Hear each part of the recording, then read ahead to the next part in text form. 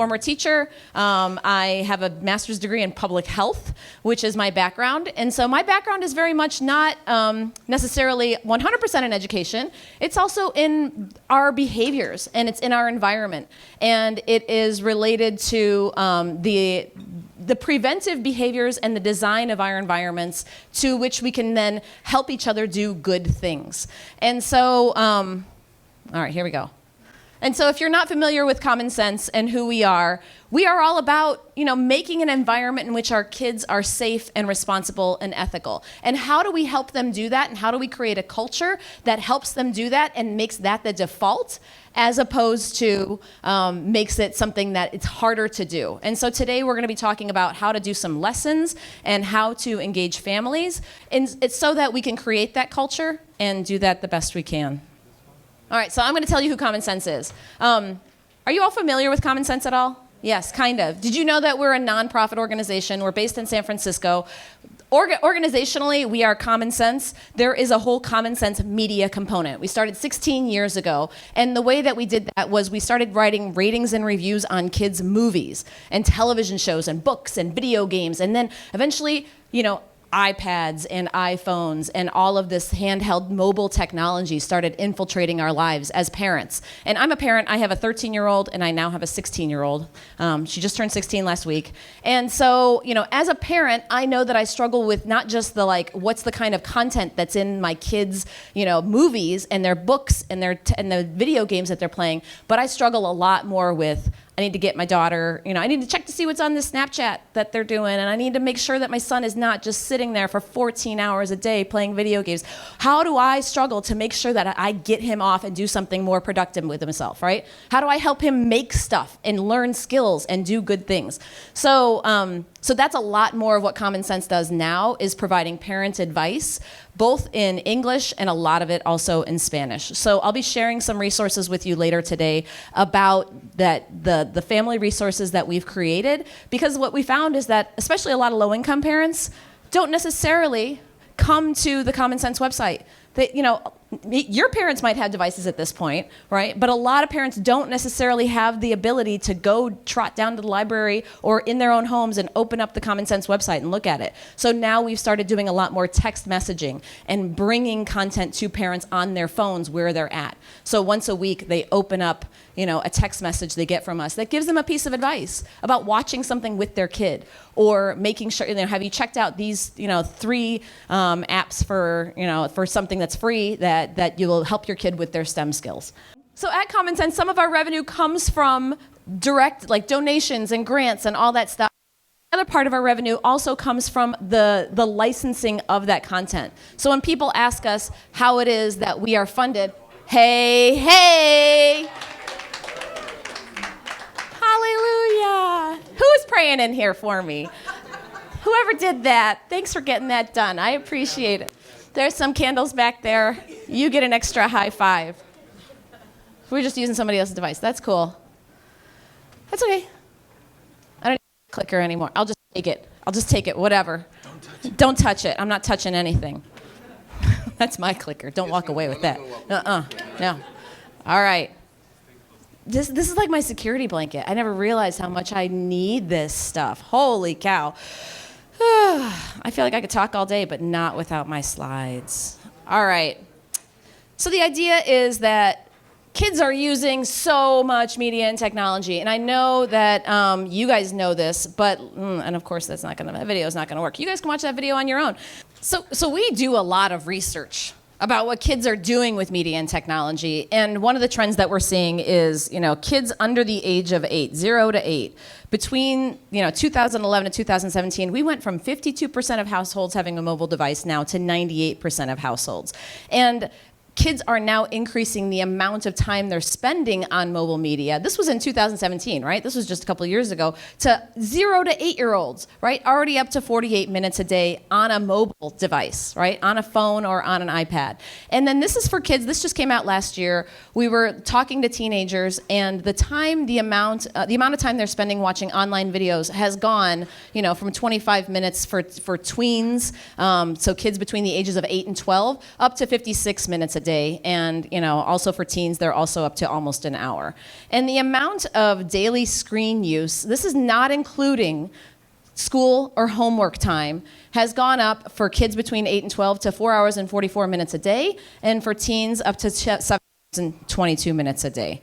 So what is it that kids are doing on media and technology? A lot of them are doing things that we did, right? Like they're watching a lot of TV and watching a lot of videos. They're listening to music. They're playing games, right? So a lot of the same things we did, and we didn't do so much social media. I'm old. So we didn't do so much social media necessarily, but still reading is in there, right? But the thing that I think I'm most concerned about personally is the fact that content creation only accounts for about 3% of the screen time that they're using. And I just asked my kids this yesterday, does making TikTok videos count as screen time creation? Yes, I really think it does, right? And so I'm like, I'm counting on TikTok here to increase this creation time, because my kids are making some pretty cool TikToks, and I've seen a lot of them being made in schools that are pretty awesome. All right, so I was gonna do this activity. How do you guys feel about moving around?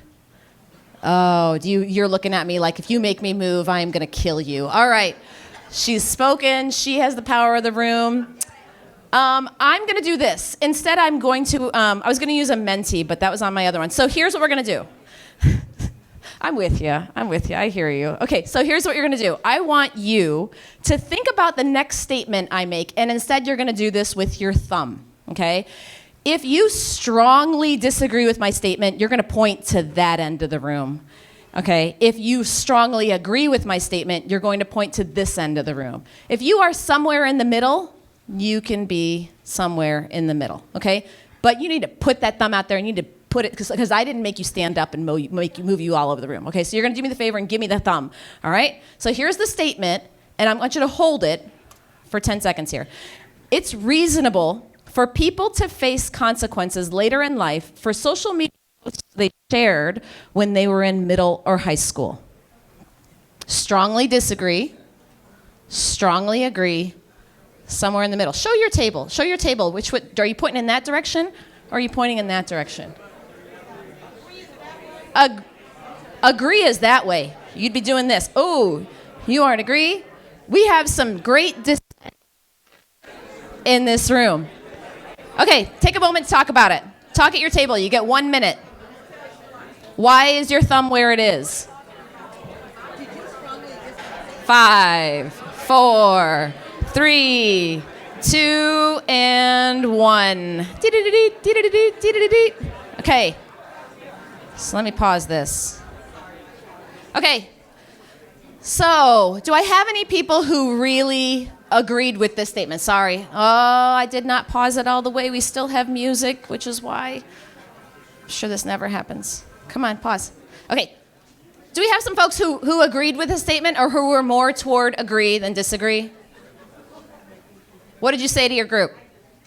Who's agreeing? Who's agreeing over here? I know, nobody wants to talk on the microphone. Okay, here. You're a winner. Well, as a parent, I talk with my kids all the time about consequences.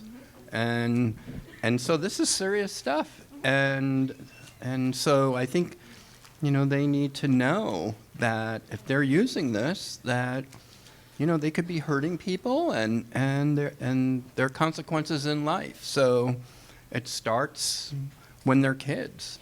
Yeah. So it's reasonable, right? You do stuff online, on social media, and there are consequences to the things that you say. Does anybody disagree with this? Yeah, why? Hi. So I disagree, because the way the question is framed, to me it's saying, is this something on some social media site that you've posted that no one uses anymore, that is an artifact, you've forgotten the password? Do y'all remember MySpace? Someone in this room has a MySpace, and it has something embarrassing on it. And somewhat time, you might be in a public forum, and you've forgotten about your MySpace and the thing that you left on there a decade ago. And someone's gonna try and use that to call you out as if you haven't grown and changed as a person in a decade, but you have this artifact on the internet. So I think there needs to be a conversation. I don't think it's reasonable to face severe consequences for an artifact without a conversation about how you've changed as a person happening. Okay. We do some really stupid stuff when we are in middle school or high school. And for those of us who are older and did not have a full record of social media, of all of our antics from middle and high school, I'm sure we're very grateful for a lot of that. And now our kids do. So I'm going to move on. You know, brains are still developing, you know all this, right? So we need to think about how that works. Okay, so here's another one. Thumbs ready. Schools should monitor students' social media accounts. Disagree. Oh God, I hear the groans. Disagree, agree. Where are you at? Hold your thumb, put your thumb out. Put your thumb out. You could be in the middle. It's okay, you could be in the middle. All right, get a minute, talk at your table. 5, 4, 3, 2, and 1. Here we go. Who's got an opinion for me that they want to share? You can share your neighbor's opinion. I'm going to hang out over here. Oh, yeah. You got a microphone? Anybody want to share an opinion? Give me something. Oh, you're so bold. Here we go. So I was speaking with Rebecca, and I think in the beginning we're like, well, it's not their responsibility, or who are they to have an opinion about it? But then we're like, but what about passing a note in class? Is that equivalent to sexting, or like, where does this fall? Yeah. So that was our comment. Like, if you pass a naughty picture in class, right, you would get in trouble for that. People would probably say most definitely. Then is that different than social media? So. Social media posted in class. Okay, so was that an agree or a disagree?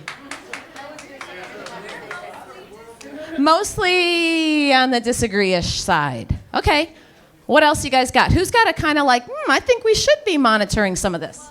No, I don't got that. But my observation of these questions is there is no finite answer. It's not black, it's not white. We have to live in the gray. All of these are very situational, and you cannot apply a clear-cut decision-making or infrastructure or consequences or however you want to look at it to any of these types of situations, because this is still somewhat uncharted territory. And I don't know, I always think of the lens of not wanting to set a precedent, right? Because then if you set that, then you're expected to follow up with that forever and ever, and that things are not staying the same forever and ever. And so you have to be flexible. Okay. That was totally not an answer about agreeing or disagreeing. That was an analysis of my questions, but I write these questions because they are gray, right? I can think of a situation in which I'm completely going to agree with this, and I can think of a situation in which I'm completely going to disagree with this, right? These are all contextual. What's the definition of the word monitor? Right? Is that an active, like, you assign a person at your school to sit there and scroll through everybody's social media? Or is it like you hire a company that, uses AI to read through all of your school, issued stuff and make sure nobody's making threats about violence or self-harm, right? That kind of stuff. So, you're just looking at, it depends on the context, right? Agreed. But I think it's just something to make you think. All right, here's your last question. What people do or say in public is fair for others to record and post on social media. Agree? I'm sorry. Disagree? Or agree? Or in between? What people do or say in public is fair for others to record and post on social media. Oh, this is interesting. Ooh. Oh, we have a lot of disagreement in the room and a lot of agreement. Okay, 1 minute, have a conversation. What people do or say in public is fair for others to record and post on social media. Where are you guys at? What was the consensus at your table? You don't have to give me your own opinion. Tell me what other people said. Here's why this person agreed. Here's why they were fighting. No, here's what we all agreed on. What was the point of contention? What were the examples given? Did you use examples? This is painful, people. Somebody give me something. Because look at how excited I get Well, my people said, no, we really talked about whether or not it was legal. Because in California, you can't record a conversation on the phone unless people know that it's being recorded. And can you actually show people's faces without doing that? And yet other people said, it's the norm, it's just happening. So we're really not sure. But my sense is that we're thinking that it shouldn't happen, because they don't see the whole context. They don't see the whole story in that one video. Anybody have an opinion on that? You agree. You agree. Okay. Anybody have any thoughts on that? Like, should it happen? If somebody's standing in public and sharing something, maybe at a protest, maybe standing on a street corner, yelling, doing something, is that fair for that person to get recorded and posted on social media? I have a lot of nods of agreement. I don't know. What do you got? It's not fair, but all's fair in love and war. Oh. That's the All right. All's fair in love and war. That's the summary we're going out on here. Okay. So I think the idea is that these challenges that our students are facing are not just complex because we are introducing this whole idea of technology. These are also complex because these are about personal issues. These are ethical. These are moral, and these are civic. Right? These are not just technology issues. These are issues about the ways that we conduct ourselves and our values that we have. And all of these questions that I gave you are intentionally very gray, very vague, right? But I think the idea is that I am posing this challenge to you, and I want it to intentionally provoke, feelings and some dissent, right? Some dissent in the room. And just because we as teachers and we as educators don't necessarily have a black and white answer for this, and we can't just say, this is the right answer, this is the wrong answer, this is the way it goes every single time, it doesn't mean it's not worth talking about. I would say it's even more important to talk about this, right? Because these are the issues that are facing our kids' lives, and people are very uncomfortable having these conversations a lot of times. And because they don't know the right answer. It's a lot harder than, teaching math is really hard, right? But at least most of the time there's an answer key to some of this. And to a lot of these, it's still up in the air. We're still developing these norms. So I think the idea is that we try to tell our kids through the lessons and through the work that we do at CommonSense is thinking through, these are examples, thinking through possible outcomes before posting an online photo or replying to a comment. You notice an offensive comment that you see online, how do you weigh whether or not to respond to that? And what do you do, right? And then this idea of asking permission before sharing a photo of somebody else, right? These are just examples of ideas that we want to start to think about having our kids try out and instill within their own culture. When it comes to sharing, right, and being on social media. So I just wanted, I want to dial this back a minute. This is a 4th grade lesson I'm going to show you an example of. And we talk about things in this kind of vague manner when it comes to, not vague, but intentionally thought-provoking manner when it comes to upper elementary, middle school, high school. We have these very complex lessons. But even at 4th grade, I thought this was an interesting example of the things that you're sharing online, personal and private information. You're asking kids what's okay to share about yourself, right? At a 3rd, 4th grade level, we're even starting to think about when kids are sharing. And so for each of these statements that I'm going to read, if it's true about you, I want you to stand up. And if it's not true, stay seated. But do it silently. Okay, this is straight up out of the 4th grade lesson about private and personal information. I'm gonna have to grab my notes here. Hold on. So here's the first question for myself. All right, so stand up if you or your family speak another language besides English.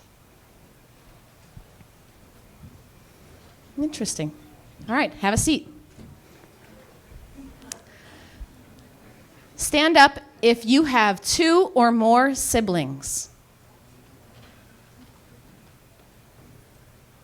All right, have a seat. Stand up if you have a pet. You're not doing this very silently. All right, have a seat.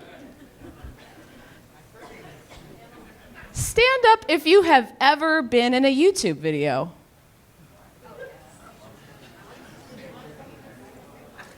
All right, have a seat.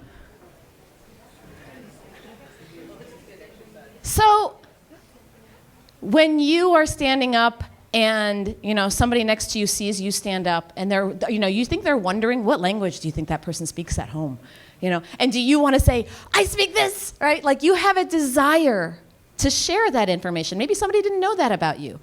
I know that each of you who stood up when I asked about the pet, you want to tell everybody about your pet, right? You want to say, I actually come from a family of 12 children, right?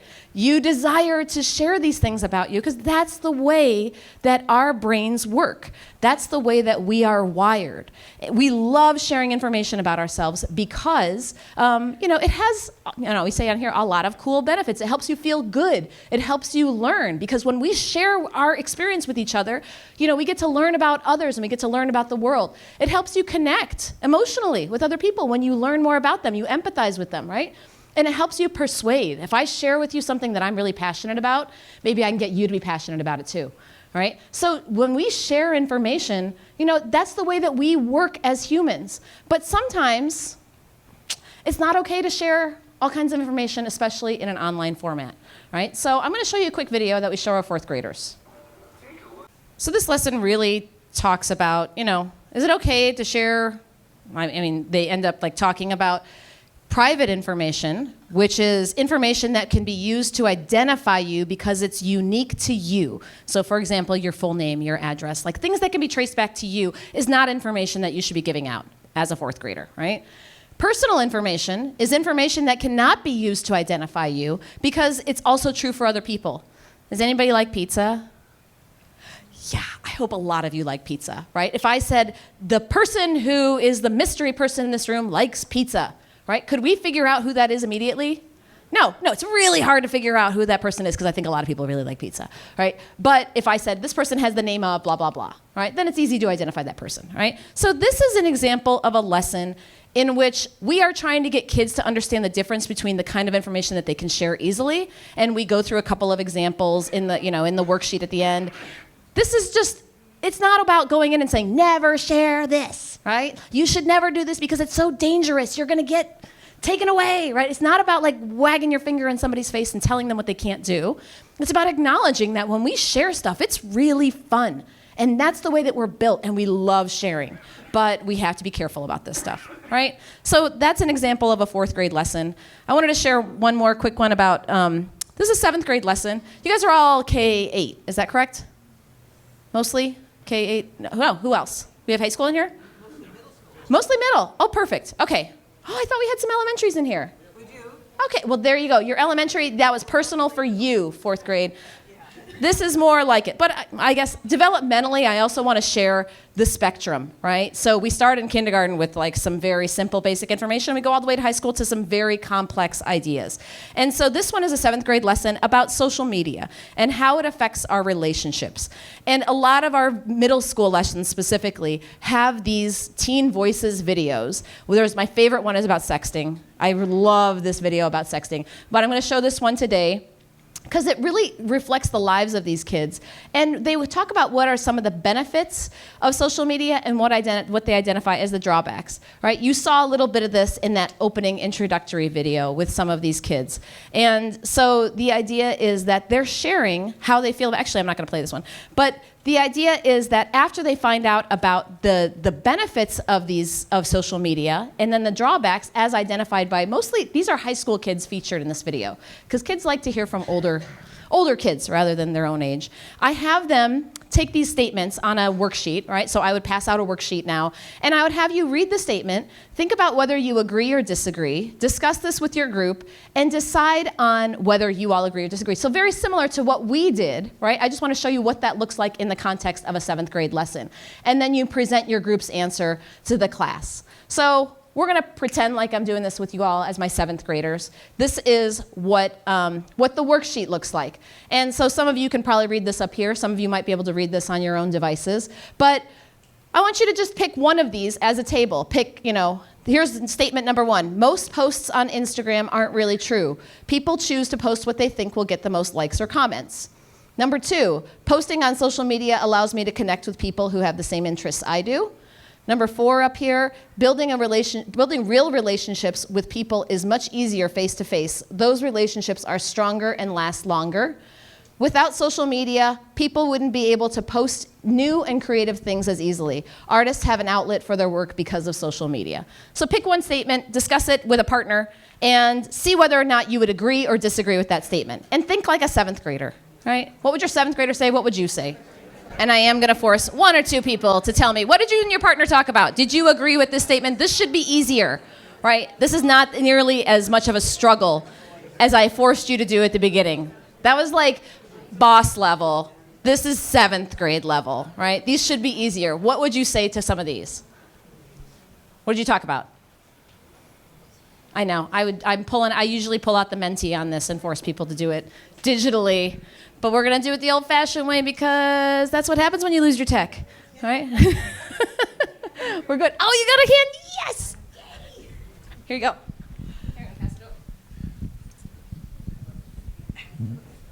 My partner and I both disagreed with statement number 4, which was building relationships with people is much easier to face to face. Because our students, if we're thinking about middle school kids, they think that even though they have 1,000 followers, these are all my friends. I know these people. That's my bestie. In actuality, they don't know these people. The connections aren't really strong.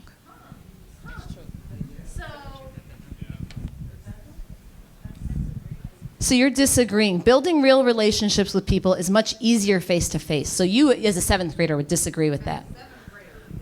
But as an adult? 100% as an adult. Okay. All right. I did this with administrators the other day, and one of the things they talked about is, somebody talked about their PLN. They talked about like their professional learning network, and there are some people on their Twitter groups and on their Voxer groups that they are very, very close to. Right? Even though they have never met that person in their life, in real life, right? But they are very close to people. And so as an adult, they agreed that sometimes it's easy to build a relationship with somebody, even though you never meet them in real life. So does anybody have that experience, or do you guys know what I'm talking about? Yeah, okay, you know what I'm talking about. Right? Yeah. Tell me. I didn't mean to raise my hand. That's okay. I'll bring it to you. You want to say something anyway? Okay. So that's just an example of what it is that we're talking about at 7th grade, and the way that we talk through some of these more abstract ideas and put them into real life context for our 7th grader. I think the idea that we talk about in this lesson is also about this red flag feeling. When something happens on digital media that makes you feel uncomfortable, worried, sad, or anxious, what we're trying to do with these kids is also just try to get them to understand when something feels awkward, when somebody asks you to do something or asks you for some information, just take a pause. You don't have to respond immediately, right? So a lot of what we talk about is this whole red flag feeling. So I just want to show you real quick where some of these are and what we're talking about. There are 6 core topics that come in the digital citizenship curriculum that include, media balance and technology and wellness and how to get off of your device every once in a while, privacy and security, and like what kind of information you should be sharing. This digital footprint, this idea that the things that you share are sometimes very permanent, even on Snapchat, right? Things can be screenshotted or taken photos of with other things, right? There is a permanence to the information we put out about ourselves. And then also, like, it's about identity and who you think you want to be when you share your information online. Relationships and communication, cyberbullying, digital drama and hate speech, and news and media literacy are also all part of the content. And for each of for each grade level, 2nd grade through 12th grade, there is 1 lesson at every one of those topics. So there's 6 lessons per grade level. And the thing that I want to share about this is that, all of these in-class activities, all of those slides that I showed you, those come straight out of the content. I didn't make any of those today. Those are all on Google. They're Google Slides, they're Google Handouts, they're editable by you. It's just a straight up lesson plan, everything you need, and you can adjust it based on your needs in the classroom, right? So it should all be there. Everything kindergarten through 8th grade is also available in Spanish for Spanish-speaking students if you need any of that content. And then also I wanted to point out that every lesson has family activities, family tips, and Spanish language materials for families specifically. So if I'm teaching a lesson about privacy in the classroom today, I can share that information with families at home. And I also just included a link directly to those lessons in case you have trouble finding them. They're all in there. They're all free. They're all available to any of you at any time and to everybody, right? So being a public health practitioner, I just want to share this idea that a lot of times folks say they don't have time to teach these lessons. How am I ever going to fit this in? I've got all these standards. I've got all this stuff. But then when I do an activity with them where I ask them about what's going to happen if somebody comes in with a cyberbullying situation tomorrow. You're handing out all these devices, right? Here, and I name a cyberbullying situation.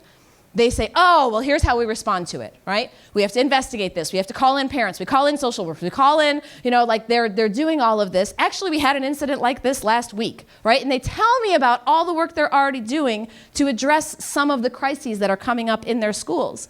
And I say, what if you use that time differently and you pushed toward creating a digital climate that is more preventive, where you're having these conversations and you're using that time spent on eliminating the crises, and instead of trying to quash these things out, instead you create a culture in your space where things don't go viral when somebody does something horrible, right? It's not gonna stop kids from being mean, but you might stop all the other kids who are forwarding the mean comment or adding on and piling on.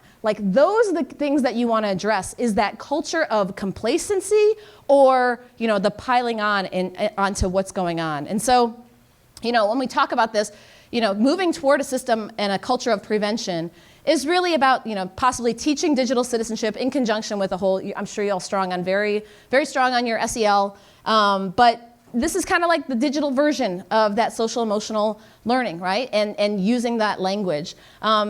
Thinking about describing your own thinking process in the classroom. I'm trying to eliminate the use of technology in my own life. Sue, like me personally, I had to cut off the Facebook on my phone, right? Because I was spending so much time mindlessly scrolling through this stuff. And so I had to take it off my phone. And you know what I did? Instead of looking at it on the app, I was looking at it through the browser. So then I had to remove the password and change it to some crazy long, weird password that I only have on one of my devices. And I talk about this with my kids openly and say, this is a struggle. These tools are designed to get you in there. How do I, as an adult, actively try to manage my own life and use technology for good and not necessarily out of boredom? And just sharing, other good choices that you see. So I just wanted to, share these last couple of bits about, at CommonSense, if you want info on Snapchat, Fortnite, learning tools, the latest movie that's going out, if you wanted to actively share that with your families, by all means, they will value you as a resource on media and technology. Right? If you wanted to do this as professional development for parents and provide them with YouTube videos in Spanish about 5 great tips you can use to get your kid to, to put down the phone, right? Whatever, right? We have a CommonSense Latino YouTube page and a CommonSense Media YouTube page. This is the texting platform that I mentioned earlier. And so this is in your slide deck. All you got to do is text the word kids to this phone number, 21555. And you start getting these tips, right? And this is for parents of 3 to 8-year-olds. If you want them in Spanish, you text this, right? So these are for the younger siblings, but I think it really applies to your middle schoolers as well. And parents would get some of this content about, family time tech can be great, but balance is important, right? We all love our devices and we all love managing, and how are we managing screen time even more? So 4 smart screen time rules.